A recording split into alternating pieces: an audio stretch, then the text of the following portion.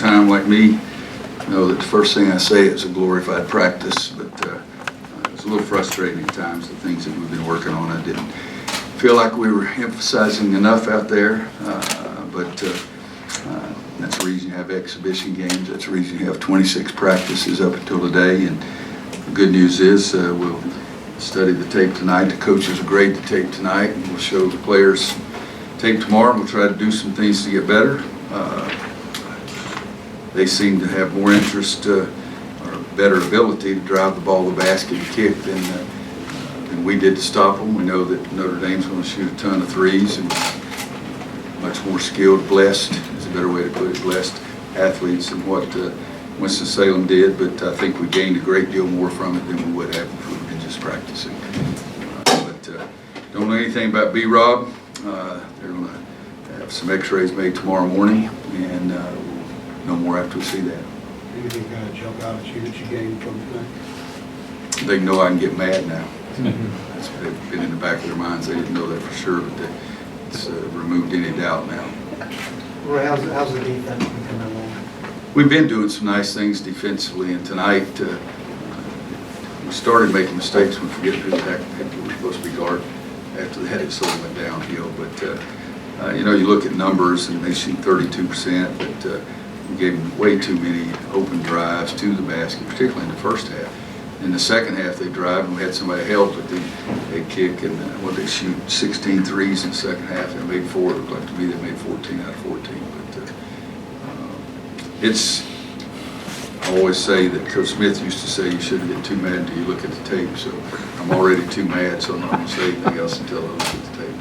Coach Williams, can you just speak, I have a two-part question. Can you just speak on the respect that you have for Coach Big House Gaines? And on a second note, what would it take for players like a Cole Anthony or Mondo Baycott to come to or play for an HBCU or a team of that level? The second one, I have no idea. You know, Earl Pearl made them look good, and you know, some of those guys, and it can be done. What's the big guy that was a big-time rebounder in the NBA, played at Virginia Union, I think. Ben Wallace. Yeah, Ben. Yes, so it can be done. There's no question about that. They have to have the ability first, but then they have to have that just unbelievable desire to outwork people all the time. And Big House, he was, Coach Gaines was great. He was great to me. Great to me when I was a young coach, great to me when I was an old coach. And my favorite stories were in Houston, Texas.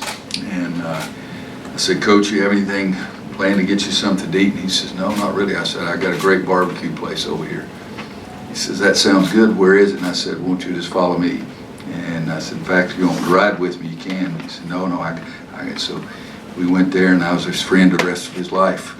Just because it showed us some of the best Texas barbecue you'd ever seen. And he reminded me every time I'd see him, he says, you got any place in this town? You know, Coach stood for so many great things of being a great basketball coach, but caring about people and trying to make sure that all his players got to be better players, but more importantly, got to be better human beings by being with him. And so that's a pretty good legacy to have.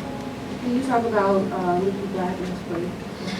Leaky's, you know, the first, what do we have, 26 practices, I guess, the first 10 practices, he barely practiced. Since then, he's been getting it more and more. We've been trying to go slow with him. He had one stretch today. I think he had 3 assists in a 4-possession stretch, and that was my favorite part of the game. But for us to be a really good basketball team, I think he's got to stay healthy and play and not make the silly mistakes he made today.